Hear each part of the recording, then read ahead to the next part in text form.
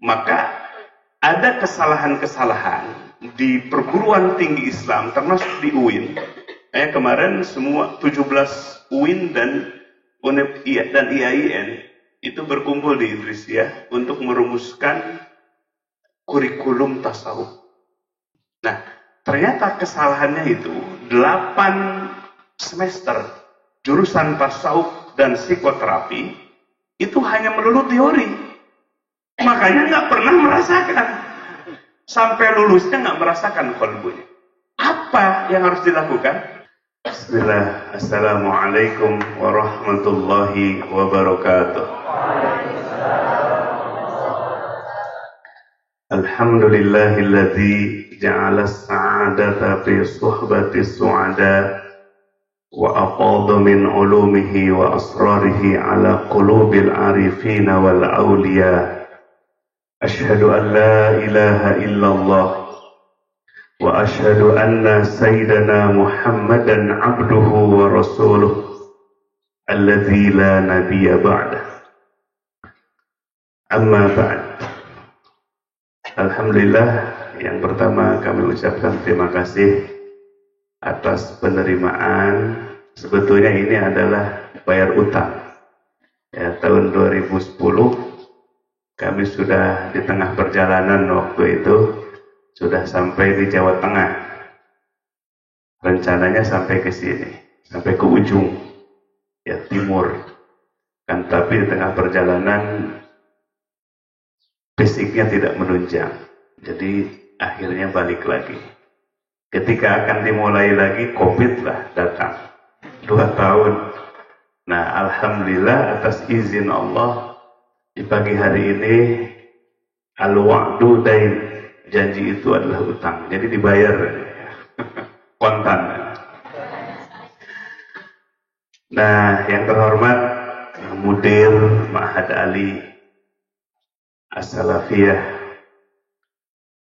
Asy-Syafi'iyah, seluruh muhadir, dosen, para mahasantri yang cerah-cerah ya. Insya Allah madecer, masa depannya cerah. Kelihatan di raut wajahnya. Beda dengan yang madesur, masa depannya suram. Cerah karena ilmu. Cerah karena ilmu. Kita akan naik pembahasan kita ngurut ke belakang. Syariat dan tasawuf atau hakikat. Kita ambil dari kitab Mawsu'ah Yusufiyah fi Bayani Adillatis Sufiyah, ditulis oleh Syekh Yusuf Khattar Muhammad rahimahullah. Bab syariat wa thariqah. Para ulama mutaqaddimun, ulamanya para sahabat tabi'in dan atba'ut tabi'in, mereka memahami syariat atau fikih itu seluruh ilmu dalam agama. Fasyari'atu ilmun li jami'i al-ahkam at-taklifiyah. Mereka berpendapat syariat atau fikih itu nama yang ditujukan kepada semua hukum-hukum taklifi. Kalau kita sebut sekarang tauhid, fikih juga tasawuf. Hiya tuhitu a'mala al-zahirah wal a'mal al-batinah jami'an. Meliputi syariat atau fikih itu baik amalan zahir maupun amalan qalbu, amalan batin atau tasawuf. Sehingga Imam Abu Hanifah mengarang satu kitab khusus tentang tauhid, tapi beliau namainya dengan fiqhul akbar, fikih besar. Jadi tauhid itu belum disebut ilmu tauhid, disebutnya fikih, tapi fikih akbar. Itu Imam Abu Hanifah rahimahullah. Nah, kemudian datanglah generasi berikutnya, ulama mutaakhirin, abad keempat, kelima, keenam. Ulama mutaakhirin. Dari syariat itu memandang ada 2 amalan, zahir dan batin. Mulailah diperinci. Yang zuhir itu disebut dengan ilmu fikih. Lahirlah mazahibul arba'ah, madhab yang 4. Kemudian tentang dalam syariat atau fikih yang berkaitan dengan ilmu batin, ilmu qalbu, dinamailah dengan namanya ilmu tasawuf. Nah, itu pandangan ulama mutaakhirin, penelusuran tarikh atau sejarahnya. Nah, kemudian antara ilmu zahir dan batin ini harus selaras. Dipisahkan boleh dari sisi klasifikasi atau takhasus keilmuan. Tapi dari sisi pemahaman harus terintegrasi, harus menyatu dengan pengamalannya. Jangan dipisah-pisahkan. Nanti sholat kita kalau fikih saja, Allahu Akbar, takbiratul ihram, tapi hatinya jalan-jalan. Ya.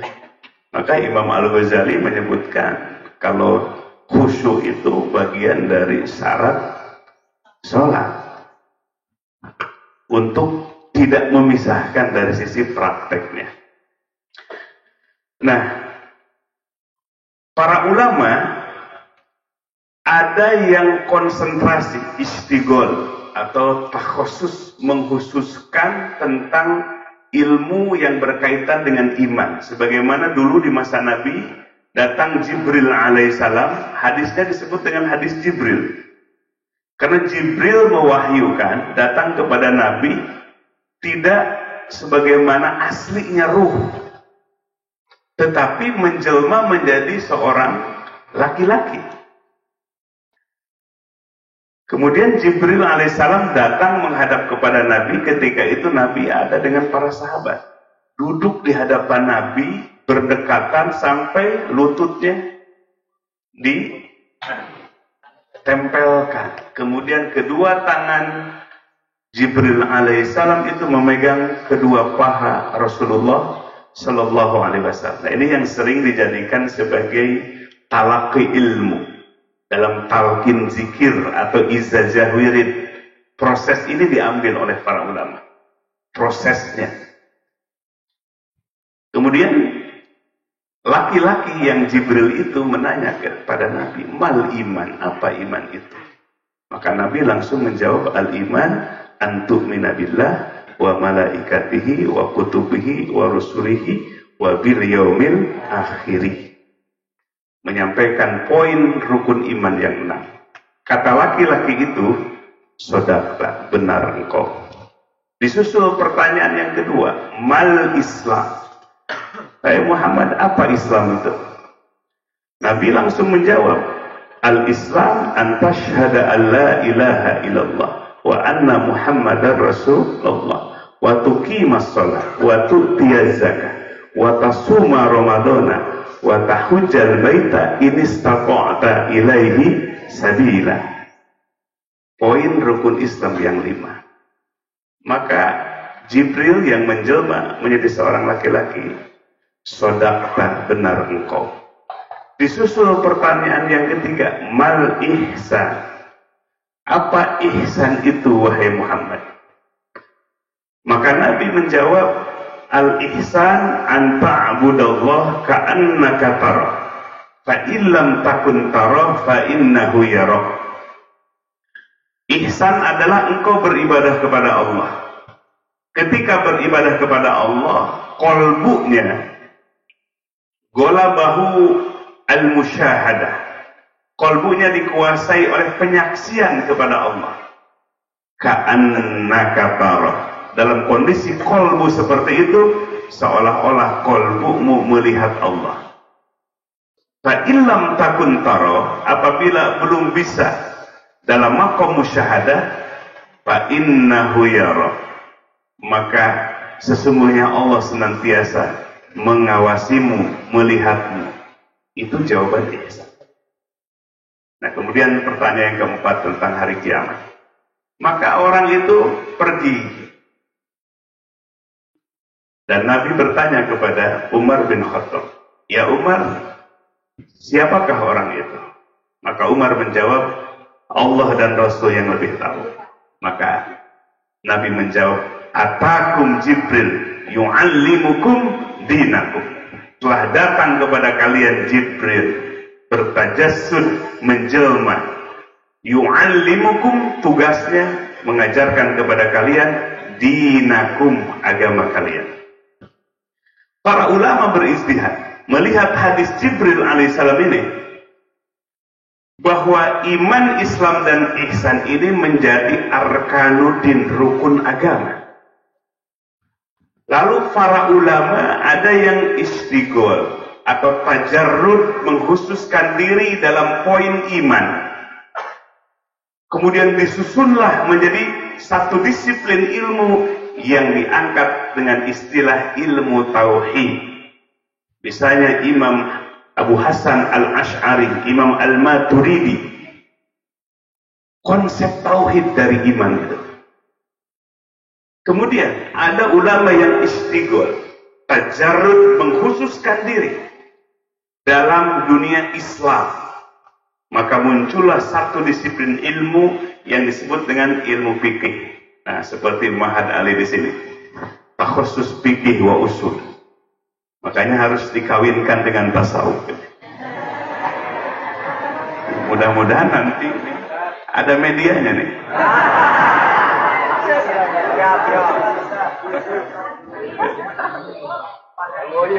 Sepakat gak nih?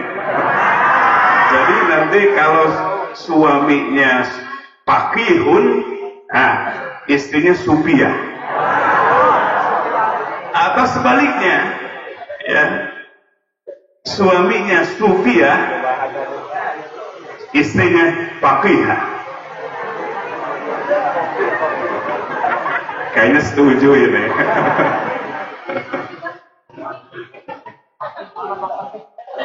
Nah, lalu yang ketiga ada ulama, ya, jadi di dalam Islam itu muncullah disiplin ilmu fikih. Muncullah ketika itu ada 4 madhab besar. 4 madhab besar. Alhamdulillah, ini turun rahmat. Wa nazzalna minas sama'i ma'am mubarakah. Kami turunkan dari langit air yang mengandung keberkahan. Mudah-mudahan tepat ini, waktu ini tambah-tambah berkah bagi kita. Lanjutkan jangan. Sampai kemana?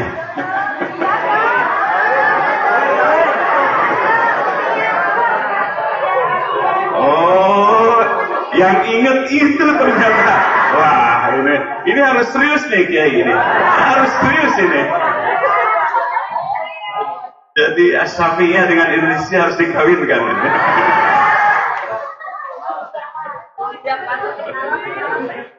Ini yang ingetnya itu aja. Lalu ada ulama yang istighol atau tajarrud dalam ihsan. Muncullah satu disiplin ilmu yang disebut dengan tasawuf. Nah, sehingga iman, Islam, ihsan, tauhid, fikih, dan tasawuf ini menjadi arkanuddin, rukun agama. Ya, kalau namanya rukun, dipotong satu, dibuang satu, ambruk agama. Jadi tasawuf itu bukan pelengkap, tapi tasawuf itu rukun dari rukun-rukun agama kita, tauhid dan fikih. Ada satu kitab namanya Anasirul Quwwah fil Islam. Anasirul Quwwah fil Islam. Syekh Said Sabiq rahimahullah. Ini kalau di dunia pesantren, ya, kitab Fiqhus Sunnah. Beliau ini terpengaruh juga dengan pahamnya Syekh Ibnu Taimiyah tentang mazhab. Tapi kita tidak akan ambil itunya dah. Kita ambil pendapat tentang tasawufnya. Beliau mengatakan at-tasawwufu huwa ilmun minal ulumil islamiyah. Tasawuf itu adalah satu dari ilmu-ilmu keislaman yang lainnya. Wa fi haqiqati amrihi ruhul Islam wa jauharuh. Hakikat ilmu tasawuf itu adalah ruhnya Islam sekaligus mutiaranya, esensinya Islam. Maka dengan demikian, tauhid, fikih dan tasawuf itu disebut arkanuddin, rukun agama. Sehingga harus menyatu, harus terintegrasi. Walaupun para ulama ada yang tak khusus di bidang fikih, namanya faqihun fuqaha. Ada yang istigolnya, spesifikasinya. Jadi dulu juga sudah ada jamiah, sudah ada Mahad Ali dulu juga. Nah itu para ulama yang memberikan contoh. Kalau ada orang mengatakan tasawuf itu nggak ada dalam ajaran Islam, ini yang nggak belajar sejarah. Para ulama sudah membuat takhusus. Saking Islam itu luas, nggak bisa dikuasai semuanya pakar. Pakar fikih, pakar tasawuf, pakar tauhid, pakar tafsir, pakar usul fikih. Sulit untuk menguasai semua disiplin ilmu yang luas dan dalam itu. Maka muncullah spesifikasi. Ya seperti di Mahad Ali, ada takhusus. Untuk apa? Memfokuskan, memperdalam, memperluas disiplin ilmu. Nah, tauhid, fikih, dan tasawuf. Nah, para ulama ada yang kecenderungan, dalam bahasa Arabnya ghalabah, kecenderungan kolbunya, berpikirnya, ada yang ke tauhid, ada yang ke fikih, ada yang ke tasawuf, ada yang ke tafsir, ada yang ke hadis. Jadi bukan sesuatu yang bid'ah. Ini apa-apa bid'ah, apa-apa bid'ah. Kalau dia ngaku manhaj salafi, bid'ah juga. Nggak ada di zaman nabinya salafi itu. Ini tantangan kita. Jadi hikmahnya kita asah kemampuan ahlus sunnah kita. Nah, kita lihat bagaimana hubungan harmonisasi para ulama, baik ulama ahli akidah, tauhid, fikih maupun tasawuf. Kita lihat hubungan harmonis antara fuqaha dengan sufiyah. Contohnya dalam kitab Al-Iqdun Nafis fi Mudumi Jawahiri Tadris yang dikarang oleh muassis Thariqah Idrisiyah, Syekh Said Ahmad ibn Idris Al-Maghribi Al-Hasani rahimahullah. Kitabnya Al-Iqdun Nafis fi Mudumi Jawahiri Tadris. Beliau mengkisahkan dalam kitab itu, Imam Asy-Syafi'i dan Imam Ahmad ibn Hanbal. Beliau mendatangi seorang sufi, namanya Syekh Ar-Rawi. Karena para fuqaha butuh dengan ilmu sufi. Demikian pula sufi butuh dengan fuqaha. Jadi saling melengkapi. Nah, ketika datang Imam Ahmad bin Hanbal bertanya, bagaimana menurutmu tentang zakatnya kambing atau domba? Itulah pertanyaan Imam Ahmad bin Hanbal, sederhana sekali. Tapi ingin mengetahui dari perspektif ilmu tasawuf, itu yang ditanyakan. Jadi bukan itu pertanyaannya, karena yang ditanyakan seorang sufi. Lalu kata Syekh Ar-Rawi, apakah jawabannya menurut ahli fikih atau ulama sufi? Kalau menurut fikih, 40 ekor domba keluarkan satu. Tapi kalau endana, menurut kami orang sufi, kami ini semua hamba di hadapan Allah. Dan Allah berfirman, lillahi ma fis samawati wa ma fil ard. Milik Allah apa-apa yang ada di langit, apa-apa yang ada di bumi, termasuk domba. Milik siapa? Nah, itu hakikat. Fikih itu kan yang zahir. Dalam fikih dibagi, bab waris ada bagiannya. Seorang sufi melihat hakikat. Allah mengklaim apa yang ada di langit, apa yang ada di bumi miliknya. Kami semua adalah hamba Allah, Allah adalah Maula. Hamba itu tidak memiliki apa-apa, dirinya pun milik Allah. Jadi bagi kami zakatnya semuanya. Mendengar jawaban itu, Imam Ahmad bin Hanbal so'iko, pingsan, tertusuk kolbunya. Nah itu maksud sufi itu di situ.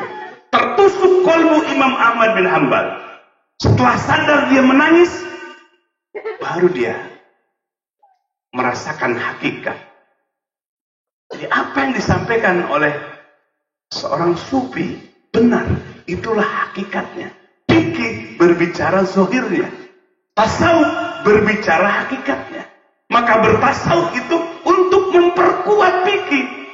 Jangan mentang-mentang merasa sudah dapat ilmu hakikat meninggalkan fikih. Ya, ini tantangan. Tidak sedikit hari ini ada kelompok-kelompok mengibarkan bendera tasawuf, mengibarkan bendera thariqah, tapi ditanya silsilahnya, guru mursyidnya adalah Pak Soekarno. Kayaknya nggak ada mursyid yang namanya Pak Presiden Soekarno. Lalu kalau pingin masuk surga katanya bayar 400 juta. Murah amat. Surga hanya 400 juta. Hari Jumat tidak Jumatan guru mursyidnya. Katanya Jumatannya rohaninya di Mekah. Nah ini yang aneh-aneh ini. Jangankan hari ini. Di zaman Imam Malik saja sudah muncul kaum sufi atas nama tasawuf, tapi dia meninggalkan syariat. Maka Imam Malik mengatakan, ini qaidahnya sangat terkenal, man tasawwafa walam yatafaqah faqad tazandaqa. Barang siapa yang bertasawuf tapi meninggalkan fikih, dihukumi orang zindik. Zindik itu ahli kebatinan di luar Islam. Misalnya datang sholat, hayya ala sholat, kalbunya sudah sholat, sudah nggak usah sholat lagi, sudah bertemu dengan Allah. Nah, itu orang zindik. Ibarat orang perut lapar, lihat makanan sudah cukup. Bisa apa enggak? Ya harus dimakan baru kenyang. Allah ciptakan sebab dari makanan ini untuk mengenyangkan kita. Taksirnya Allah yang mengenyangkan kita. Buktinya Ashabul Kahfi 309 tahun tidur. Ada santri yang 309 tahun tidur. Yang namanya tidur, nggak makan, nggak minum, tapi sehat walafiat. Bahkan ketika bangun langsung lapar. 309 tahun. Berarti yang mengenyangkan, yang buat tubuh sehat, Allah atau makanan? Itu hakikatnya Allah. Yang membuat taksir, efek sehat dengan makanan Allah. Allah ciptakan sebab makanan dan minuman. Nah ini ya pandangan Imam Ahmad bin Hanbal. Bahkan ada ini kiai, dikirain orang di Mekah tuh ulamanya Wahabi semua sama gitu. Ternyata ada yang baik juga. Karena memang sudah berkembang. Tapi memang kebanyakannya yang Wahabi begitu. Ada seorang alim di Mekah namanya Syekh Abdul Hafid Al-Makki. Beliau melakukan penelitian al-bahthu, penelitian tentang tasawuf wa sufiyah. Beliau kumpulkan 7 ulama, di antaranya Imam Ahmad bin Hanbal. 7 ulama besar itu beliau baca kitabnya satu persatu. Pengarang itu, peneliti itu dilatar belakangi karena orang Wahabi atau sekarang artinya orang Salafi menuding tasawuf itu adalah ajaran Hindu, Buddha atau Kristen. Mengingkari ajaran tasawuf. Makanya Syekh Abdul Hafid Al-Makki ini menelusuri. Sebab orang Salafi ini ngaku-ngaku gurunya itu Imam Ahmad bin Hanbal. Gurunya adalah Syekh Ibnu Taimiyah, Ibnu Qayyim al-Jauziyah, gitu kan? Mereka Salafi hari ini mengingkari tasawuf. Bahkan sesat tasawuf, apalagi thariqahnya. Nah, itu yang melatar belakangi. Setelah dibaca semua kitab-kitabnya, termasuk kitab Ahmad bin Hanbal, kitab Ibnu Qayyim al-Jauziyah, kitab Ibnu Katsir, Az-Zahabi, ternyata disimpulkan dalam penelitian itu tidak ada satupun dari 7 ulama besar ini yang mengingkari tasawuf. Bahkan mereka mencintai sufi dan di sebagian mereka mengarang kitab tasawuf. Contoh misalnya Syekh Ibnu Taimiyah, walaupun ada bertentangan dengan kita, ada beberapa syarat menurut kita pahamnya, tapi beliau mengarang dalam kitab Majmu'atul Fatawanya satu bab khusus tentang bab tasawuf. Sehingga kesimpulan dalam kitab yang diberi nama Al-Harokah, Mauqifu A'imati Al-Harokah As-Salafiyah Minat Tasawuf wa Sufiyah, itu nama judul penelitiannya. Sikap pendiri Imam Harokah Salafiyah mengenai tasawuf dan sufiyah. Disimpulkan bahwa 7 imam besar tidak ada yang mengingkari tasawuf, bahkan sebagian mereka menulis ilmu tasawuf. Dan salafi-salafi yang ngaku salafi tapi mengingkari tasawuf, itulah buhtanan azim. Itu adalah dusta besar yang dibawakan oleh kaum salafi. Nah, alhamdulillah nih ada kitab ini yang ngebela. Lanjutkan jangan ini. Kayaknya udah cukup ini. Satu lagi dah. Dalam kitab Tanwirul Qulub fi Mu'amalati Alamil Ghuyub, Syekh Muhammad Amin Al-Kurdi Asy-Syafi'i, An-Naqsyabandi Mashrabah, thariqahnya Naqsyabandi, madhabnya Asy-Syafi'i. Dalam bab tasawuf beliau menukil para ulama terdahulu, 2 imam besar, Imam Asy-Syafi'i, Imam Ahmad bin Hanbal, yataraddadani ila majalisi sufiyah. Kedua imam madhab ini bolak-balik hadir di majelis zikirnya kaum sufi. Wa qila lahuma, dikatakan kepada keduanya, kenapa engkau berdua selalu mondar-mandir mengikuti majlis zikirnya kaum sufi? Beliau menjawab, li'anna fihim ra'sal ibadah. Sesungguhnya di tengah-tengah kaum sufi ada pokoknya ibadah. Mahia, taqwallah, tumbuhnya hati tunduk dan takut kepada Allah di majlis zikirnya para sufi.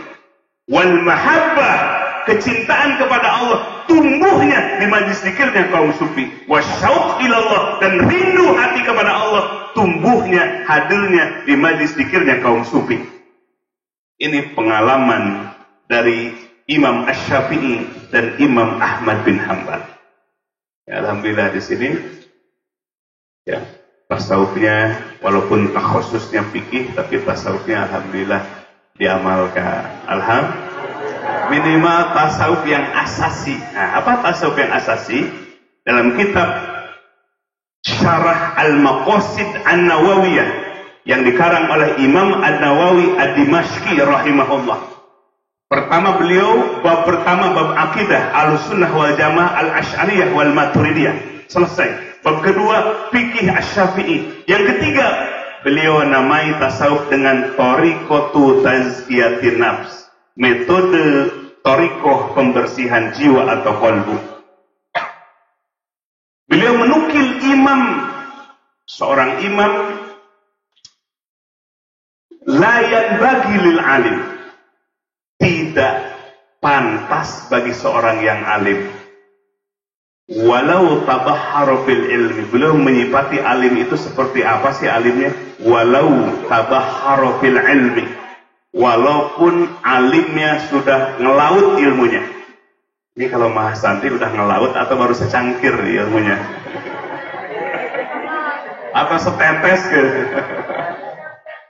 Dibandingkan dengan ilmu Allah yang luas itu. hatta soro wahida zamanihi hatta lil ghayah, sampai sudah menjadi ulamanya nomor satu di zamannya.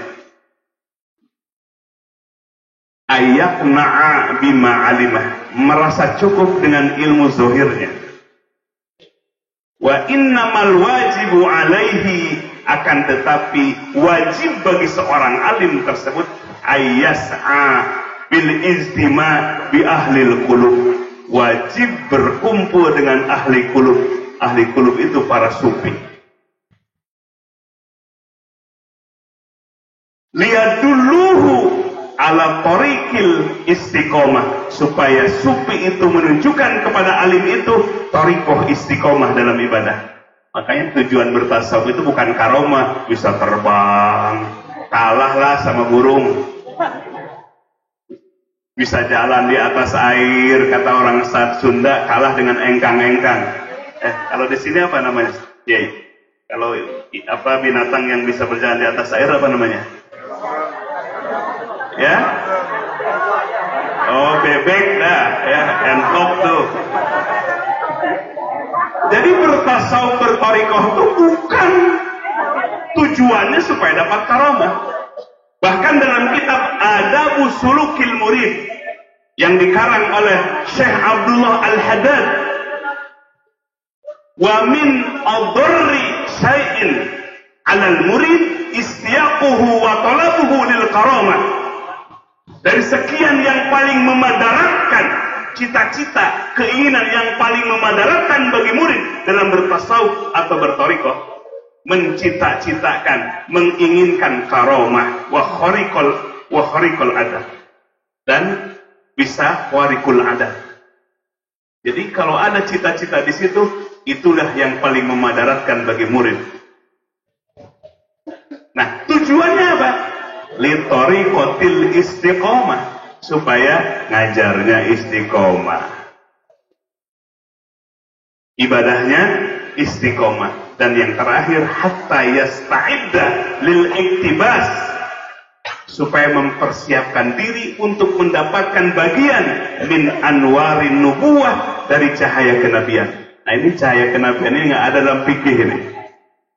Cahaya kenabian yang dimaksud adalah al-faid. Al-faid itu bimbingan ilmu yang bukan lewat proses tulis baca, tapi ilmu yang Allah berikan kepada kolbu. Orang menyebutnya ilmu laduni. Seperti Nabi Musa diajarkan oleh Nabi Khidir alaihissalam, min ladunna ilman. Ilmu yang dikirim oleh Allah langsung ke dalam kolbu, bila kasbin walaktisabin, tanpa proses belajar dan mengajar.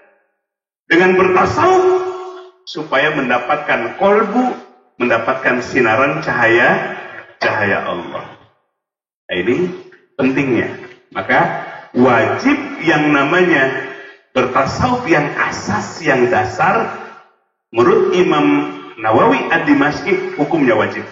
Sehingga ketika menafsirkan qul innama harrama rabbiyal fawahisha ma zuhara minha wa ma batan, sesungguhnya firman Allah, aku mengharamkan, hanya mengharamkan perbuatan fahsya yang merusak diri, baik yang zahir maupun yang batin. Fahsya yang batin para mufassir yang disebut dengan fahsya batin adalah amrod al-qalbiyah, penyakit-penyakit hati dalam ilmu tasawuf. Hasad, ya. Mas Santi kalau hasad itu SMS katanya, seneng melihat orang lain susah, atau susah melihat orang lain seneng. Tetangganya beli parabola, dia beli paramek.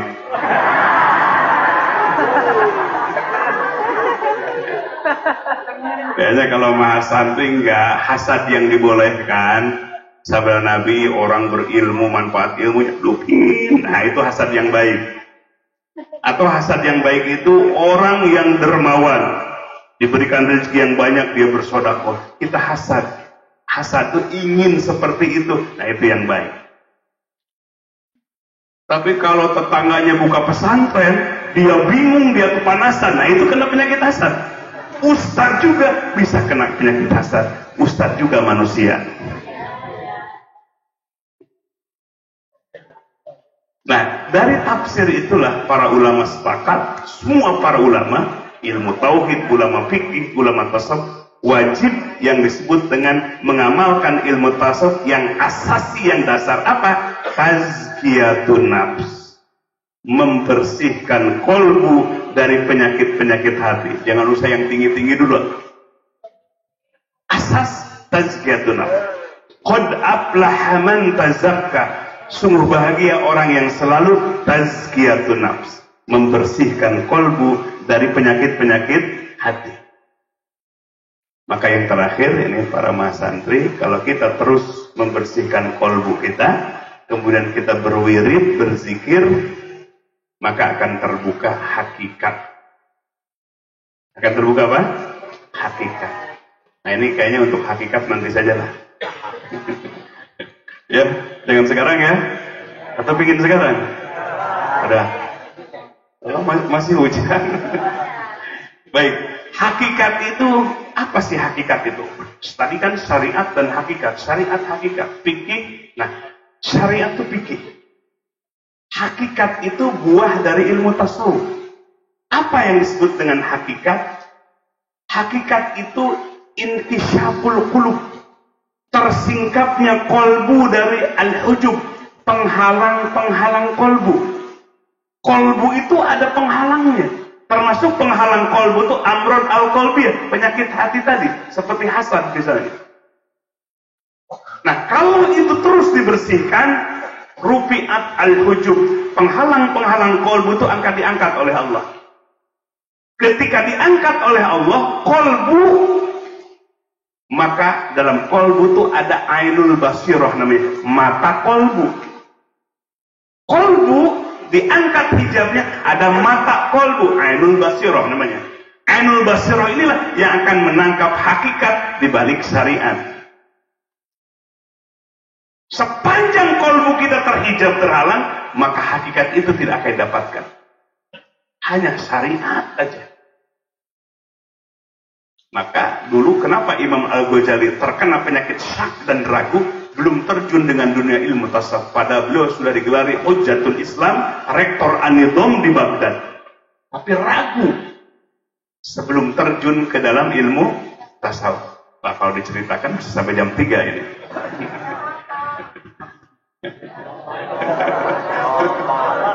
Oh, nggak apa-apa sampai jam 3. Nanti pulang ke Tasik jam berapa ini?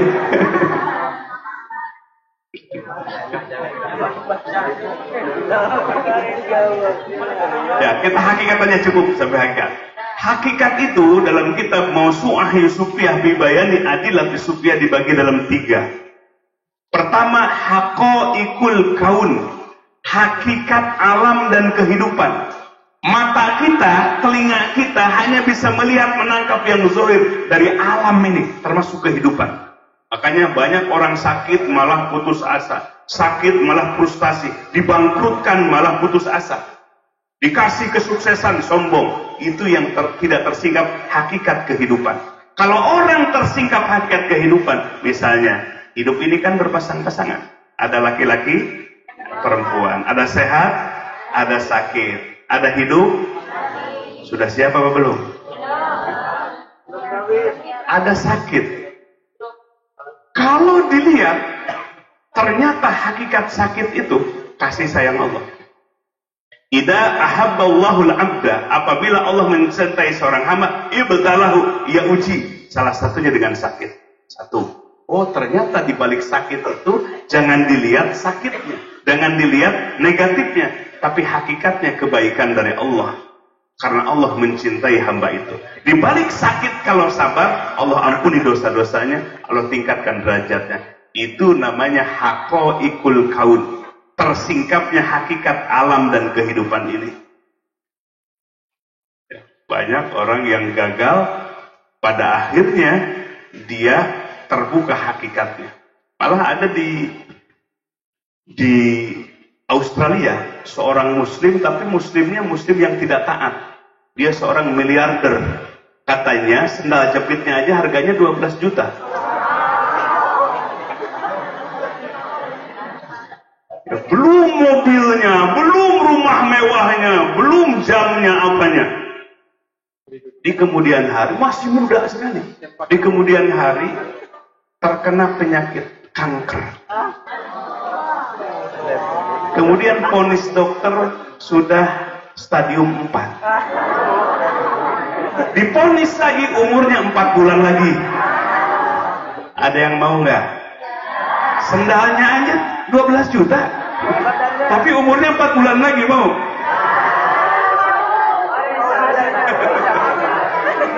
Ya gaya-gayaan 4 bulan mau nggak?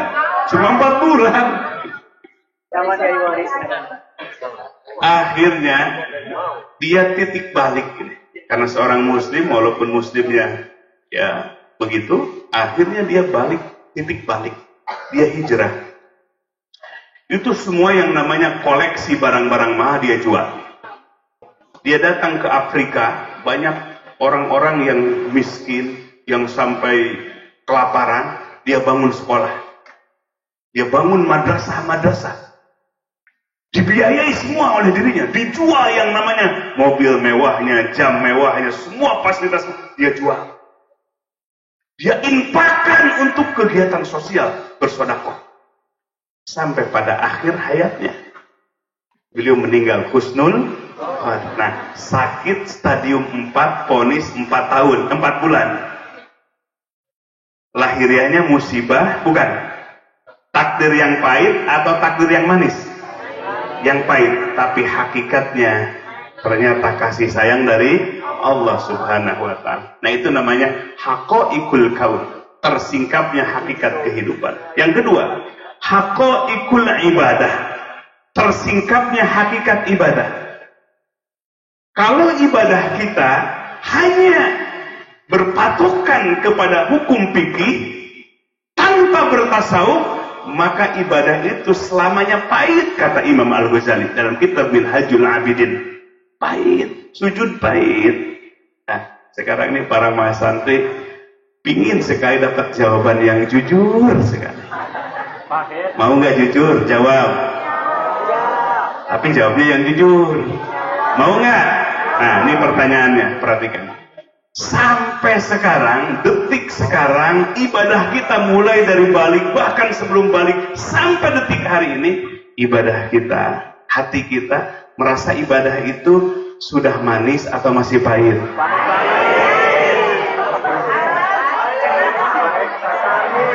Mahasantri masih pahit?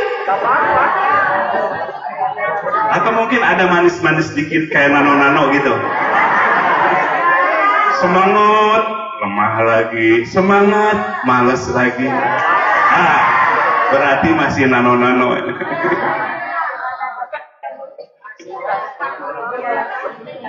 Apa yang jadi problem dalam ibadah kita? Belum tersingkap haqaiqul ibadah, hakikat ibadah. Maka puncak aqobah dalam kitab Minhajul Abidin Imam Al-Ghazali, kitab tasawuf terakhir yang dikarang oleh beliau, akhirnya beliau wafat. Puncak ibadah itu adalah aqobatul hamdi wa syukri, memuji dan bersyukur kepada Allah. Kenapa memuji dan bersyukur? Ibadahnya sudah manis. Makanya memuji, bersyukur, memuji, bersyukur terus seperti itu. Karena ibadah itu adalah karunia yang Allah berikan kepadamu. Syekh Ibnu Athaillah As-Sakandari rahimahullah dalam hikamnya, la tafroh, janganlah engkau bahagia. Kalau memandang ketaatan itu barizat minka, buah hasil karyamu. Wah, saya bisa tahajud. Kayaknya di pesantren ini nggak ada yang tahajudnya seperti saya. Wafroh biha, tapi bahagialah engkau. Li'annaha barizat minallah iyak. Kalau engkau meyakini dan sadar ketaatan yang engkau lakukan adalah hadiah anugerah dari Allah kepadamu, maka ibadah itu karena anugerah dan hadiah pasti nikmat kolbu kita, pasti bahagia hati kita karena beribadah kepada. Nah, itu namanya haqaiqul ibadah. Mudah-mudahan ini para marah santri semua di sini mendapatkan haqaiqul ibadah. Amin. Sujudnya lama. Ada di pesantren di Indonesia. Itu santri sujudnya lama. Ya kan belajar husnudon. Tapi husnudonnya nggak sabar juga ini, dibangunin. Ini. Ternyata tidur. Tapi kayaknya kalau di pesantren Sapi'iyah ini nggak ada kayaknya. Paling ada ya ikut-ikutan lah ke satu pesantren Idrisiyah. La haula wala quwata illa. Nah, terakhir puncak dari hakikat itu adalah haqaiqul uluhiyah, hakikat ketuhanan. Banyak orang awam tahu Allah hanya lafadznya Allah. Banyak orang awam mengenal Allah hanya lafadznya saja ucapkan Allah. Tapi hakikat ketuhanan, hakikat Allah belum didapatkan. Hakikat uluhiyah ini dibagi dalam 3 bagian. Pertama adalah hakikat asma Allah, nama Allah yang 99, di mana kolbu kita merasakan lezatnya nama Allah. Nah, sudah merasakan belum ini? Belum ya? Lezatnya nama Allah. Ar-Rahman, Ar-Rahim, Al-Malik, Al-Qudus, As-Salam, Al-Mu'min, Al-Muhaimin. Satu persatu dirasakan oleh kolbu betapa lezatnya nama-nama Allah. Itu haqaiqul uluhiyah dari nama Allah. Yang kedua, dari sifat Allah yang sempurna. Kita pelajari bab akidah, wujud, qidam, baqa, mukhalafatul sampai selesai. Sebetulnya bukan permainan logika. Sampai tembus ke tenggorokan, tembus ke kalbu kita. Sifat Allah yang 20 itu ummahatus sifat, sifat yang utama. Sifat yang lainnya banyak tak terhitung saking sempurnanya Allah. Imam Abu Hasan Al-Asy'ari menulis 20 sifat itu ummahatus sifat, bukan membatasi sifat Allah, tapi sifat yang pokok, di mana sifat-sifat yang lain itu menginduk kepada yang 20 sifat itu. Nah, dalam tasawuf bukan permainan logika, dalil akli dan nakli, tapi kalbu kita zauq namanya. Zauq itu merasakan lezatnya sifat-sifat Allah yang sempurna. Itu makanya Imam Ahmad sampai tersungkur so'iko itu karena kalbunya merasakan betapa agungnya Allah. Allah itu maula, diri kita ini hamba yang kerdil di sisi Allah Subhanahu wa ta'ala. Makanya kalau ada orang zikir, ada yang sampai tersungkur, jangan heran. Itulah salah satu gambaran kolbu yang sedang merasakan zauq, merasakan lazatnya nama atau sifat Allah. Tapi bukan yang zikir jadi ngaco ngomongnya. Ya ada juga yang zikir, tapi yang diucapin tuh macam-macam. Atau gerakannya ada silat, ada silat. Itu udah tercampur-campur itu. Kemudian yang ketiga adalah haqaiqul uluhiyah itu kolbu merasakan lezatnya musyahadah, penyaksian. Ini puncak lezatnya zat musyahadah atas zat Allah Subhanahu wa ta'ala. Ini para sufiyah, aimatus sufiyah, ya, yang merasakan lezatnya musyahadah kolbu, penyaksian terhadap zat Allah. Nah, inilah pembagian hakikat dalam ilmu tasawuf. Ya. Mudah-mudahan kita semua mendapatkan hakikat itu. Ya. Itu saja rupanya yang bisa disampaikan. Mudah-mudahan besar. Boleh dah, ada pertanyaan? Tapi jangan banyak-banyak.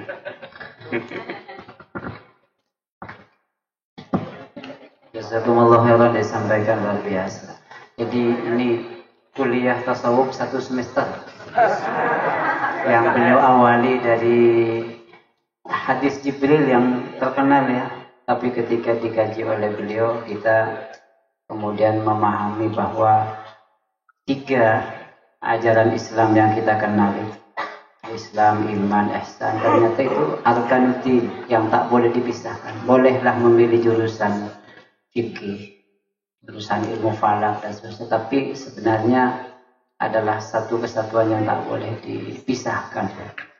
Beliau menyampaikan tadi uraian-uraian sangat biasa bahwa tidak ada dikotomi secara substansi antara ajaran-ajaran itu. Meskipun ada ulama yang ghalabahnya, istighalnya ke satu disiplin ini, maka lebih dikenal fikihnya, lahir mazhabul arba'ah. Ada yang tauhidnya, lahir Abul Hasan Asy'ari. Tapi beliau bukan berarti tidak faqihun, sufiyun, wara'un, zahidun dan seterusnya. Menyatu pada beliau-beliau ini. Dan ini yang mudah-mudahan ada keberkahan sehingga kita juga seorang faqih yang sufi, bukan sufek pikiran, tapi yang beliau tadi jelaskan luar biasa. Sekaligus nyatat nama-nama kitab tadi. Saya nyatat nama-nama kitab yang biasa tadi. Al-Maqasid An-Nawawiyah karangan Imam Nawawi Ad-Dimishqi. Selama ini kita kenal majmu' syarah muhaddabnya, ya, Manhajut Talibin, Umdatul Muftin, Umdatul Talibin. Tapi ini andai kata kita kemudian koleksi kita baca, luar biasa. Ada Sulukul Murid Abdul Ahad, ini luar biasa. Dan yang saya ingat tadi itu ya, bagaimana ada perkawinan antara fikih dan tasawuf. Ini baik dalam pemikiran, dalam teori, juga secara praktek gitu, betul-betul. Dan beliau sangat mendukung sudah Ma'had Ali Salafiyah Syafiyah Situbondo dengan Ma'had Ali Tasawuf Idrisiyah. Ini kami punya kader ya. Ini Rahma ini kan dari Tasik sebenarnya. Tapi kemarin andai kata belum berjodoh, saya akan nanukan ke beliau. Tapi sudah ada ya. Seandainya ini dijadikan sebagai pembuktian dulu ya untuk tahap awal. Ya. Mohon maaf, kemarin akadnya baru 5 bulan yang lalu gitu, Ustaz Asep. Seandainya tidak, saya akan memberanikan diri menjadi mediator.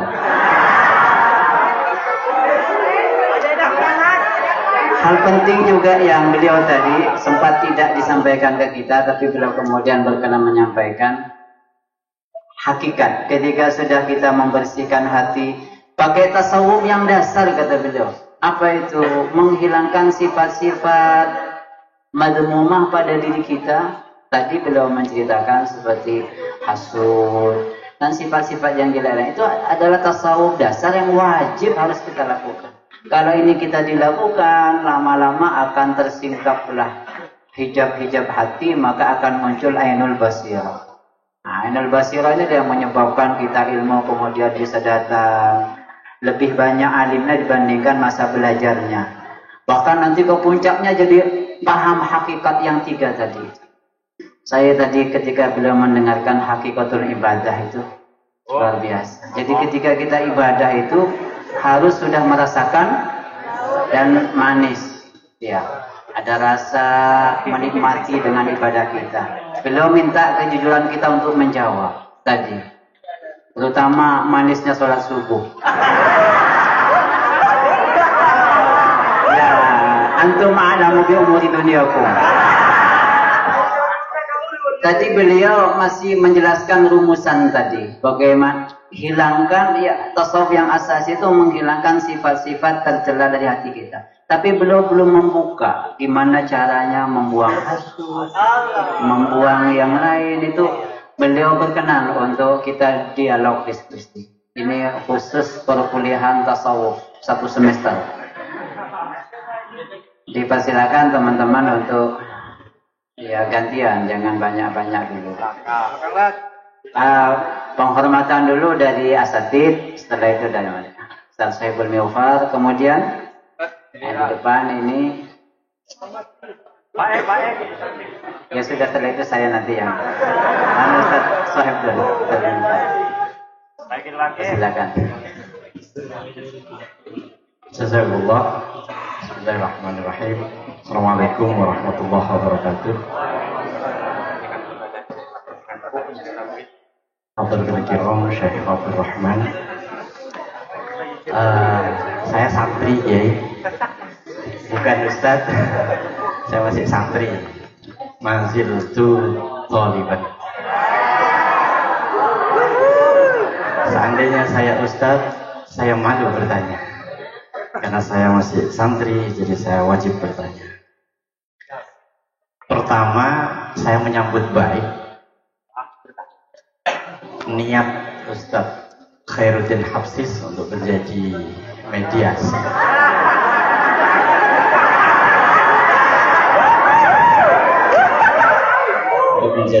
mediator karena ada positive thinking bahwa jangan dikira teman-teman yang belajar fikih di Salafiyah Syafi'iyah ini hanya fikih doang. Saya yakin suatu saat fikihnya tidak perlu disinergikan dengan tasawuf, tapi fikihnya sudah otomatis menuju ke sana. Itu positive thinking saya. Buktinya tadi sudah ada. Sudah 5 bulan yang lalu melakukan akdun nikah tadi.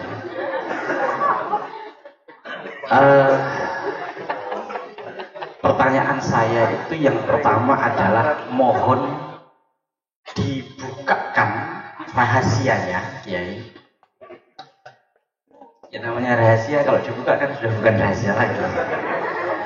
Mohon dibukakan rahasia, Kiai. Di sini adalah belajar fikih yang tadi sudah jujur untuk mendapatkan zauq. Karena saya yakin belajar fikih yang kelihatannya dohir banget tuh, dohir gitu ya. Tapi saya yakin sesungguhnya yang dicari adalah yang hakikat. Oleh karenanya rahasianya untuk bisa mendapatkan zauq itu seperti apa? Itu yang pertama. Karena kalau ini rahasianya udah kita ketemukan, lewat yang lain. Yang kedua adalah sebagai insan akademik, saya penasaran ya. Karena tasawuf itu adalah urusannya adalah urusan qalb, urusan hati. Sedangkan sains itu urusannya adalah logik empirik. Saya berpikir harus ada nih riset khusus tentang tasawuf. Bagaimana tasawuf itu logik empirik yang suprarasional, bahkan apa ya? Ke suprarasional kan? Suprarasional itu bagaimana bisa rasional, logik, empirik.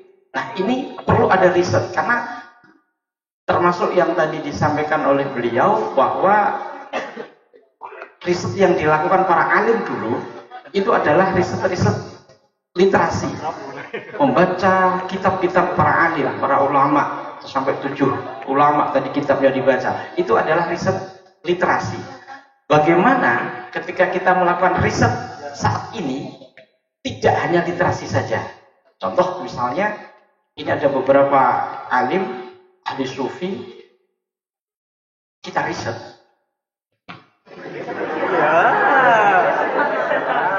Kira-kira ketika kita melakukan in-depth interview mendalam terhadap beliau, bisa nggak dibahasakan? Sehingga ini menjadi ilmu pengetahuan bagi kita. Sehingga tasawuf bukan angan-angan lagi, tapi benar-benar senyatanya. Tasawuf itu senyatanya. Ini yang saya penasaran. Jadi gimana caranya riset itu? Sehingga apa? Karena periset itu kan otomatis harus melakukan nalar objektif, bukan atau seminimal mungkin meninggalkan nalar subjektivitas. Tapi kalau urusan tasawuf ini banyak nalar subjektivitas. Meskipun mohon maaf mungkin belum nyampe. Ini yang berapa tadi? 2. Pertanyaan Sudah mulai. Pertanyaan dibatasi 2. Karena Gusti Allah suka yang ganjil. Cukup 1. Pertanyaan saya sudah nanggung 2. Maka ditambah 1 sedikit saja. Seperti yang disampaikan Ustaz Ahmad Khairuddin Hafsiz tadi. Kalau kita beribadah kepada Allah seakan-akan musyahadah ilallah. Karena gitu kan. Jika nggak bisa, ya Gusti Allah yang ngelihat kita. Saya ada pertanyaan agak-agak gimana gitu Kiai. khawatir nanti saya termasuk dalam perangkap iblis.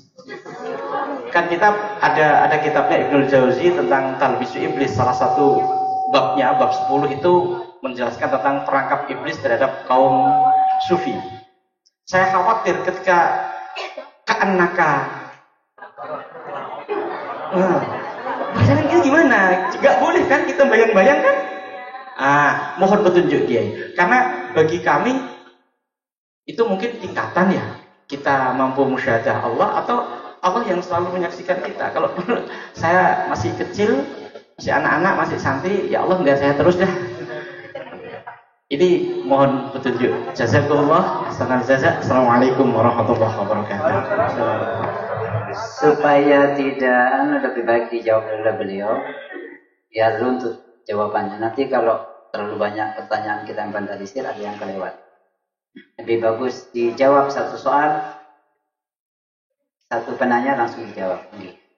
Monggo ya. Ya baik. Untuk menghadirkan qalbu yang zauq, maka ilmu tasawuf itu bukan ilmu qola wa qila, bukan sebatas ilmu teoritis. Kita tidak bisa mentransfer rasa hati. Jangankan rasa hati, rasa lidah saja susah. Misalnya nih, semua adik-adik Mas Santri belum tahu rasanya manisnya madu. Yang tahu hanya rasa manisnya gula. Dijelasin sudah 2 jam nih rasanya madu tuh begini, beda dengan gula. Kira-kira bisa nyampe nggak? Mentransfer rasa lidah saja nggak bisa. Bagaimana caranya? Nggak usah banyak ngomong. Hadirkan aja 1 gelas apa? Minum sendiri. Oh, itu rasa lidah. Zauq apalagi susah untuk mentransfer apa yang dirasakan oleh qalbunya. Maka ada kesalahan-kesalahan di perguruan tinggi Islam, termasuk di UIN. Kemarin semua 17 UIN dan IAIN itu berkumpul di Indonesia untuk merumuskan kurikulum tasawuf. Nah, ternyata kesalahannya itu 8 semester jurusan tasawuf dan psikoterapi itu hanya melulu teori. Makanya nggak pernah merasakan. Sampai lulusnya nggak merasakan qalbunya. Apa yang harus dilakukan? Nah, contoh satu dalam kitab Adabus Sulukil Murid, karangan Syekh Habib Abdullah Al-Haddad. Wajib suluk. Apa suluk itu? Suluk itu proses melakukan riyadhah dan mujahadah. Ada 2 elemen dalam diri kita yang saling tarik-menarik. Karena manusia itu makhluk ujian. Qalbu yang mengandung musyahadah kepada Allah. Di alam ruh, semua qalbu, termasuk qalbunya Fir'aun. Ketika Allah tanya, alastu bi rabbikum? Bukankah aku ini adalah Rabb kalian? Semua qalbu menjawab, bala, tentu. Syahidna, kami sudah musyahadah. Inilah potensi qalbu. Semua qalbu manusia memiliki musyahadah, penyaksian kepada Allah. Maka Nabi bersabda, kullu mauludin yuladu alal fitrah. Maksud fitrah mengandung musyahadah. Tapi fa innama abawahu yuhawidani yumajisani aw yunassirani. Tapi tergantung lingkungan dan pendidikan. Akhirnya qalbu yang sudah musyahadah hilang. Nah, maka riyadhah itu artinya mengaktifasikan kembali qalbu kita. Makanya tasawuf yang asasi itu ada 2. Pertama adalah tahliyah, pakai kha. Tahliyah artinya mengosongkan qalbu dari amrod al-qalbiyah, penyakit hati tadi. Yang kedua, tahliyah, kha titiknya dibuang. Karena sudah dibuang penyakit hatinya. Jadi tahliyah artinya dandani qalbu kita dengan sifat yang terpuji. Sobar. Kita belajar sobar itu bukan baca kayak tasbih, sobar, sobar, sobar. Jadi sobar, nggak begitu. Sobar itu kita praktekkan dalam ta'lim kita sobar, wastibar, harus sabar. Nah, sabar itu dipraktekkan dalam kehidupan. Dalam wirid kita sabar. Nah, termasuk sholat apa tadi kata yang paling sulit? Sholat subuh, sabar kita. Apalagi tahajud. Nah, sabar, tawakal, ikhlas, ridho, sampai mahabbah. Itu adalah akhlak al-mahmudah, sifat al-mahmudah yang harus mendandani kolbu kita. Nah, jadi kunci dalam tasawuf itu adalah praktek. Setelah ilmu, praktek dengan cara riyadhah, melatih kolbu, termasuk menjaga kolbu, hifdzul kolbu, menjaga kolbu kita dari buruk sangka, dari permusuhan, dari kebencian. Hifdzul kolbi. Yang kedua, hifdzul jawarih.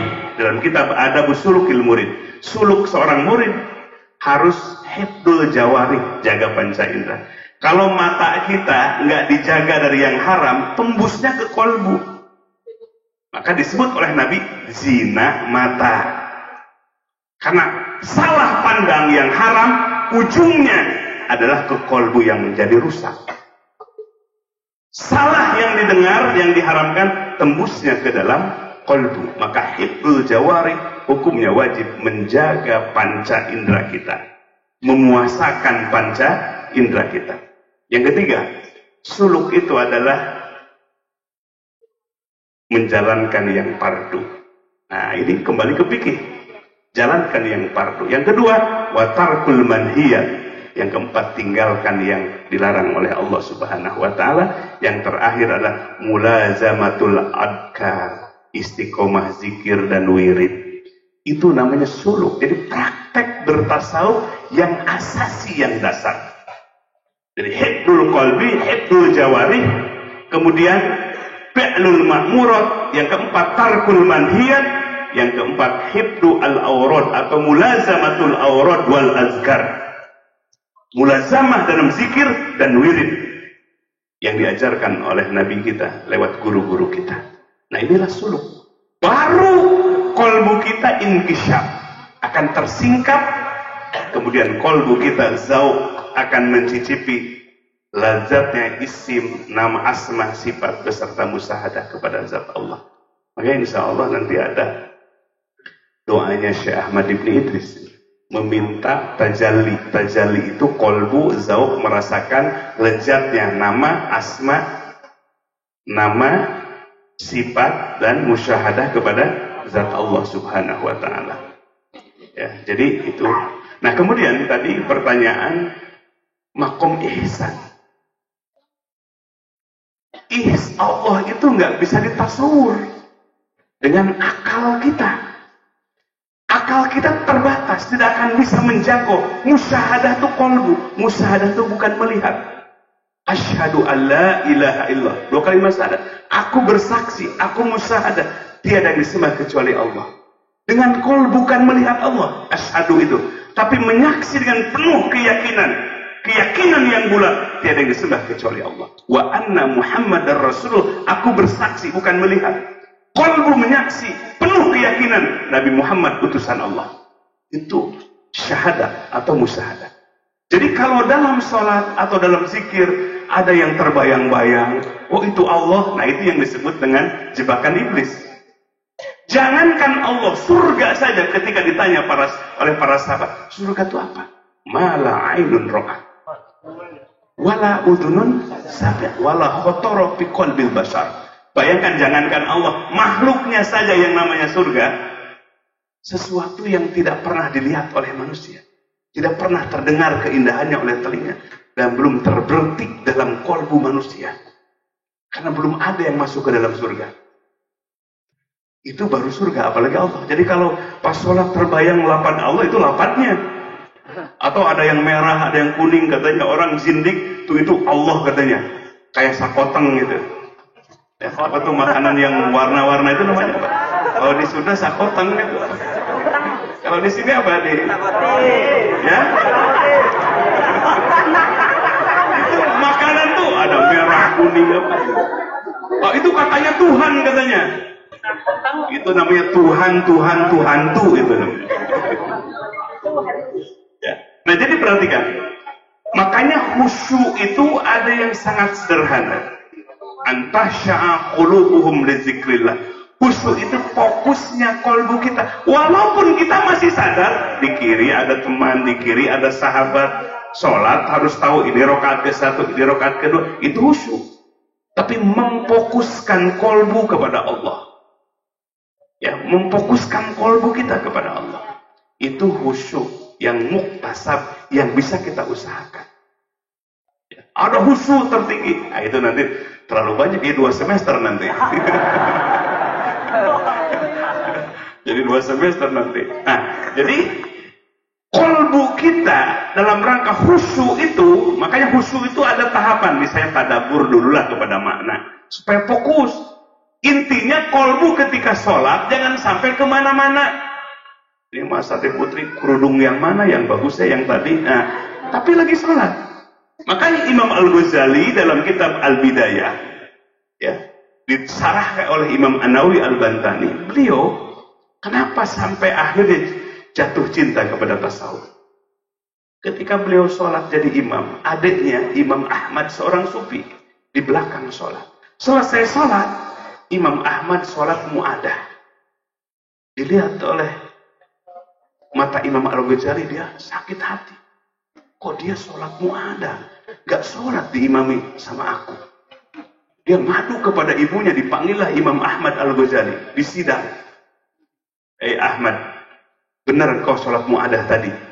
Karena engkau sholat beserta kakakmu Al-Ghazali.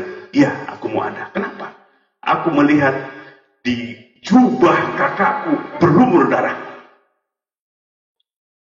Imam Al-Ghazali mukanya merah. Imam Al-Ghazali. Lalu dia mengatakan, ini gabis yang aku pakai. Ini jubah yang aku pakai. Setitik pun gak ada darah. Senyum Imam Ahmad Al-Ghazali. Aku melihat hatimu bukan khusyuk kepada Allah. Dari takbiratul ihram sampai salam. Tapi engkau ingat bab head yang belum selesai dikarang. Nah, kalau head warnanya apa? Merah. Terkejut Imam Al-Ghazali, dia menangis. Wahai adaiku Ahmad Al-Ghazali, kalaupun engkau bukan orang terkenal, aku disebut Hujjatul Islam. Bawa aku kepada gurumu. Aku ingin suluk dalam dunia tasawuf. Dibawalah oleh adiknya Imam Ahmad Al-Ghazali kepada gurunya Naziru Zikr, Khomilu Zikr. Guru mursyid yang gak terkenal. Makanya jangan lihat orang karena terkenalnya. Bisa jadi itu pandangan manusia yang zohirnya. Bisa jadi ulama yang tidak terkenal, dia punya berlian di sisi Allah. Dibawalah. Kata calon gurunya, kamu kalau pingin jadi muridku, suluk, bersihkan dulu halaman rumahku. Seorang Hujjatul Islam, seorang Hujjatul Islam dapat ujian. Ikhtibarat. Ujiannya membersihkan apa? Calon gurunya nggak nanya, coba hadis Bukhari, coba tafsir. Enggak, itu sudah dikuasai oleh Imam Al-Ghazali. Yang dilihat oleh mursyidnya adalah kolbunya. Akibat ilmu jadi sombong, akibat ilmu jadi hijab untuk kolbunya. Merasa hebat, merasa nomor 1. Itu tambah ilmu, tambah hijab, tambah jauh dengan Allah. Itu yang dilihat. Bersihkan dulu rumah. Sudah selesai menghadap, sudah selesai Tuan Guru. Belum selesai. Itu di samping ada kotoran manusia. Bersihkan dengan tanganmu sendiri. Jangan pakai lap. Mikir Imam Ghazali. Gak langsung dikerjakan. Akhirnya dapat bimbingan, ingat kepada ketika setan disuruh sujud kepada Adam. Dia sombong, kemudian jadi laknatullah. Dia segera akan menjalankan tugas itu. Kemudian ketika akan diambil kotoran itu, mau menyentuh, kata gurunya, stop, selesai Al-Ghazali. Setelah itu dia disuruh pulang. Kok pulang Al-Ghazali? Itu dibukakan mata hatinya. Setelah diangkat hijabnya, lulus ujian dari mursyidnya, dibukakan mata hatinya. Dia pulang ke pesantrennya, dilihat pesantren itu seperti game zone. Tempat mainan anak. Lalu dia sampaikan di hadapan murid-muridnya, baru saja aku mendapatkan ilmu jauh lebih hebat daripada apa yang selama ini aku ajarkan kepada kalian. Itulah ilmu hakikat. Kemudian dia beriyadhah mujahadah dalam kitab Al-Munqidh minadh Dhalal, 12 tahun di bawah asuhan mursyid. Sampai akhirnya beliau kasyaf, itulah yang disebut mendapatkan hakikat al-muhaqqiq atau al-arif billah, orang yang sudah ma'rifat atau mendapatkan hakikat. Ngaranglah kitab Ihya Ulumuddin, terakhir kitab Minhajul Abidin. Itulah buah kolbunya, bukan buah berpikirnya. Yang ditulis oleh beliau adalah buah kolbu, bukan buah berpikirnya. Fikih adalah buah berpikir, buah ijtihad. Kalau tasawuf adalah buah kolbu. Itulah yang disebut dengan al-faid, bimbingan ke dalam kolbu. Itu saja. Kayaknya cukup. Biasa. Oh, ya, tasawuf itu untuk dasar-dasarnya, asasinya harus saintifik. Bisa dipelajari, bisa diamati. Harus bisa dipelajari dan diamati. Bukan suatu yang ngawang-ngawang. Itu tasawuf yang asasi. Tahliyah wa tahliyah. Bisa didekati, ada metodologinya. Misalnya, sehari harus jujur. Kita punya track record. Berapa kali kita dusta? Nah, ditulis. Misalnya untuk menghilangkan penyakit hasad. Hari itu berapa kali kita hasad ke orang? Mungkin saudara temannya beli HP smartphone, kalau dia bodoh phone aja. Ini kan sudah smart nih, atau stupid phone gitu. Tapi percuma pakai smartphone, taunya SMS aja. Nah, jadi saintifik ilmu tasawuf itu. Tapi kalau sudah menjadi hakikat di atas saintifik, akal tidak akan bisa mampu lagi. Jadi dasarnya saintifik, rasional, bisa dipelajari. Tapi kalau sudah berbuah hakikat, itu di atas saintifik, di atas logika. Contoh misalnya, seperti kisah dalam surah Al-Kahfi, Nabi Musa berguru kepada Nabi Khidir. Ada 3 peristiwa yang Allah ajarkan. Ya, latar belakangnya, wah ini sampai jam 12 nanti. Hah? Ya, Nabi Musa berdoa, ya Rob, apakah ada orang yang lebih engkau beri ilmu selain daripada aku? Allah jawab langsung, ada. Ada. Bukan iri dia, irinya positif. Aku akan berguru kepada orang itu. Tunjukkan ya Rob. Bawa saja engkau ikan, ketika ikan itu lari ke tempatnya, di situ engkau akan bertemu dengan Nabi Khidir. Namanya Khidir. Bawalah dengan Nun bin Yusa asistennya, bawa ikan. Nah, pada satu waktu ketika dia tertidur, lompatlah ikan itu. Kemudian dia berangkat lagi, lapar, mana ikan itu? Oh, tadi lompat. Di situ kita akan ketemu. Balik lagi ke tempat waktu itu. Ternyata sudah ada sosok fawajada abdam min ibadina. Ketemu dengan seorang hamba dari hamba-hamba Allah. Yang diberi ilmu dari sisi Allah, ilmu laduni, ilmu dari sisi Allah. Kemudian berguru kepada Nabi Khidir itu cukup sabar, nggak boleh bertanya. Itu bisa nggak ya? Sabar, nggak bisa, nggak boleh nanya gitu. Ya nggak, apalagi pakai usul fikih, wah. Nanya aja nggak boleh, apalagi pakai usul fikih. Kayaknya nggak berlaku lah kalau jadi murid Nabi Khidir, nggak berlaku usul fikih itu. Ternyata pertamanya itu naik perahu, perahunya dilobangi, perahu punya orang. Wah, Nabi Musa ini orang yang menjalankan syariat, wah itu haram itu, melobangi perahu orang. Akhirnya komen juga, Khidir, kenapa engkau bolongin perahu itu? Ah, kan kau nggak boleh nanya. Oh iya, maafkan aja. Dah dimaafkan dah. Turun, ada anak kecil yang belum balik, langsung aja dieksekusi mati. Tanpa lewat pengadilan dalam fikih. Dibunuh langsung. Khidir, ini haram ini. Nah, kan nggak boleh nanya. Santai aja Nabi Khidir itu. Dah, lewat lagi. Datanglah ke satu kampung yang orang itu bakhil sekali. Dia bertamu, nggak ada yang ngasih makan dan minum. Kemudian lihatlah di kampung itu ada dinding yang sudah mau roboh. Kemudian Nabi Khidir langsung ke toko bangunan, beli sendok, beli semen. Kemudian bangunan itu ditegakkan lagi. Maka Nabi Musa pun komentar, Hai Khidir, seharusnya engkau MOU dulu supaya kita dapat uang untuk makan.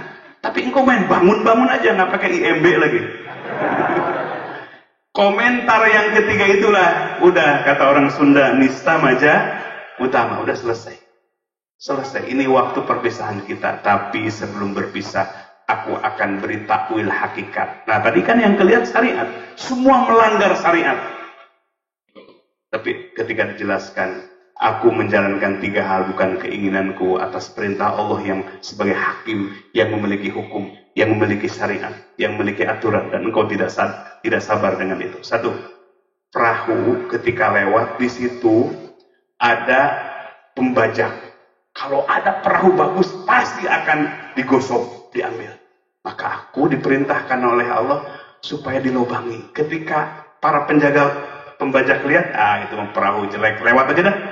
Mending selamat atau mending digosok? Mending perahunya bolong, bisa ditambah lagi atau diambil? Jadi syariatnya baik apa buruk? Itu ilmu hakikat.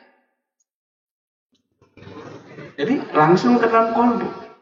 Jadi mending rusak, bolong dikit bisa ditambah atau diambil? Ya. Kemudian yang kedua, itu anak kecil dibunuh.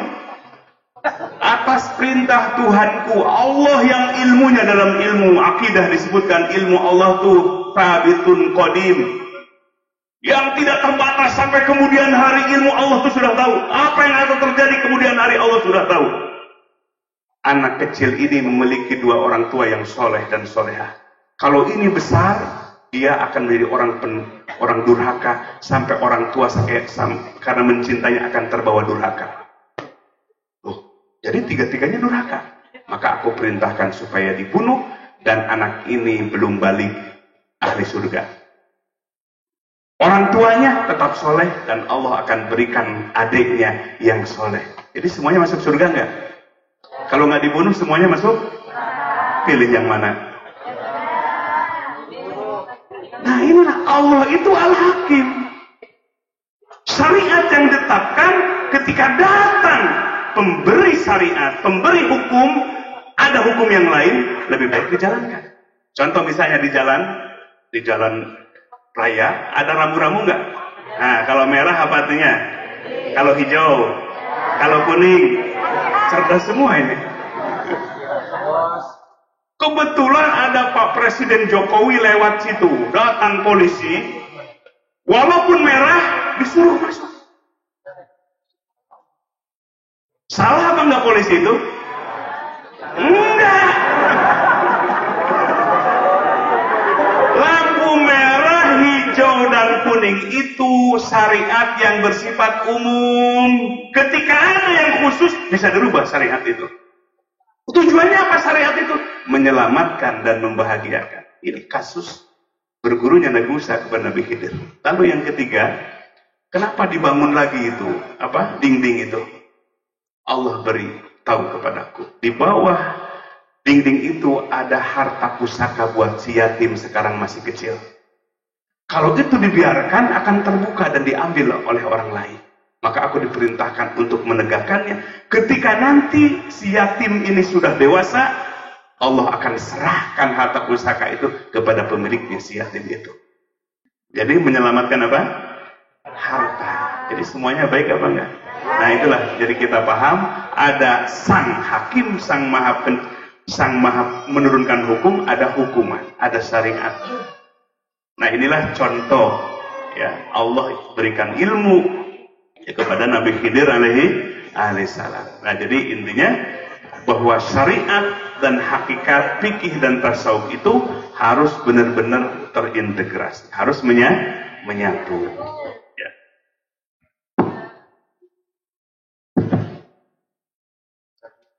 Penjelasan beliau semoga selalu kita ingat.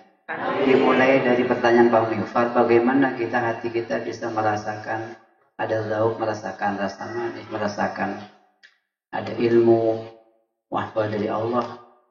Kuncinya kata beliau aktivasi hati. Karena hati itu, hati siapapun di alam roh sudah dipanggil oleh Allah. Alastu birabbikum qalu. Meskipun hatinya Fir'aun, Abu Lahab juga sama, punya potensi. Karena kullu mauludin, hati kita fitrah kata beliau, Tinggal diaktifkan. Karena kalau tidak diaktifkan hati ini maka akan mati. Beliau tadi sudah memberikan rumusan-rumusan yang beliau kutip dari kitab Adabus Sulukil Murid. Karena beliau menyampaikan selalu merujuk kepada kutub mu'tabarah. Jadi ada tahliyah, beliau sudah sampaikan, termasuk juga suluk yang asasi, hifdzul qalbi, hifdzul jawari. Karena setiap dosa anggota badan yang kita lakukan tembus ke hati, sehingga ainul basirah akan menjadi mati. Imtisalul fardhi, imtisalul awamir, melaksanakan perintah Allah, termasuk salat subuh tadi tepat pada waktunya, tarkul manhiyat, dan terakhir mulazamatul azkar. Jadi hati kita selalu dihiasi dengan zikir. Maksud hati ingin membuka tanya jawab seluas-luasnya, tapi barusan sudah ada telepon dari pengasuh bahwa beliau sudah ditunggu kehadirannya di dalam di pondok pusat. Jadi tidak bisa dilanjutkan, tapi ini sudah lebih 1 semester. Mudah-mudahan sekali lagi kehadiran beliau di sini banyak membawa hikmah. Dan yang paling penting tadi itu, kita akan lanjutkan program mengawinkan fikih dan tasawuf. Kita awali dengan praktek, karena kata beliau kalau tidak dipraktekkan tidak bisa. Ibarat hanya qil wa qal, yang hanya paham secara teori tapi tidak pernah paham seperti apa manisnya madu itu. Bukan itu. Apalagi madu yang asli ya. Terima kasih Syekh Abdul Rahman kehadiran beserta Ustaz Asep dan juga rombongan Ibu Nyai. Kami sangat bahagia, senang bisa bertatap muka. Semoga apa yang disampaikan menjadi ilmu yang nafi barokah. Terima kasih para asatid, para dosen, teman-teman sekalian M1 M2. Kita tutup kegiatan ini dengan doa barokah. Oh, sebelumnya Syekh Abdul Rahman tadi berjanji untuk memberikan ijazah doa Idris. Ini penting. Apalagi Syawarikul Anwar yang kita baca, Syekh Muhammad Alawi itu ada fawatihnya di depan. Fawatih itu khususan yang langsung dipimpin pengasuh dan isinya saya kurang ada al-agarisah. Jadi sangat ada hubungan sangat luar biasa dengan mohon ijazahkan doa tadi. Mungkin juga bisa dikasih pengantar doa ini. Ya. Baik, semua ada satu doa dari Syekh Ahmad Ibn Idris Al-Maghribi Al-Hasani. Dan sebelumnya, sebelum diijazahkan, mari kolbunya kita persiapkan. Kita konsentrasikan kolbu kita. Farik qalbaka minal aqdar, kosongkan hatimu dari dunia dan makhluk. Tamla'uhu bil ma'arifi wal asrar. Allah akan penuhi hatimu dengan ma'rifat dan rahasia-rahasia Allah Subhanahu wa taala. Ucapkan sama-sama dengan hati yang penuh kehusyuan supaya kalimah ini benar-benar terhunjam dalam qalbu kita. Bismillahirrahmanirrahim. Ilahana zawiqna ya zal jalali wal ikram. Ladzata jami'i asma'ika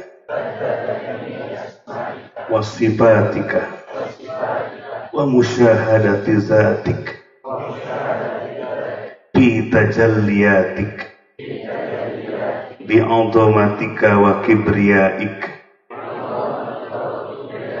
kama zawaqta zalik nabiyyaka sayyidana wa maulana Muhammadan sallallahu alaihi wasallam fi hadrati qudsikal a'la bika minka fika laka zawqan ilahiyan wa sallallahu ala sayyidina Muhammadin wa ala alihi wa sahbihi wa sallam walhamdulillahi rabbil alamin. Ajaztukum ajaztukum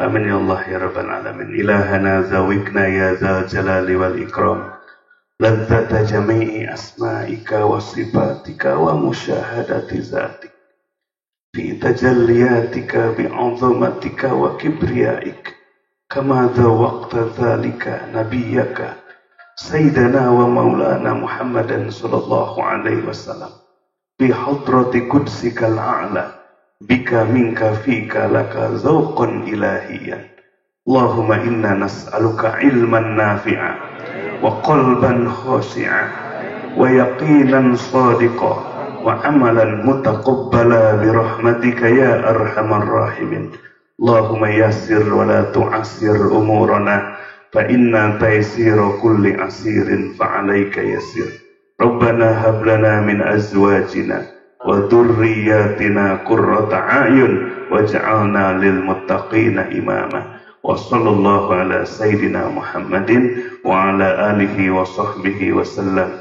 walhamdulillahi rabbil alamin al-Fatihah.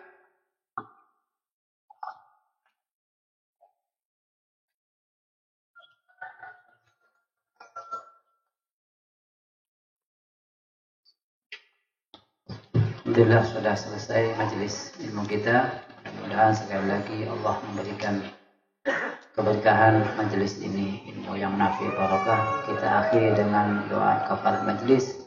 Bismillahirrahmanirrahim.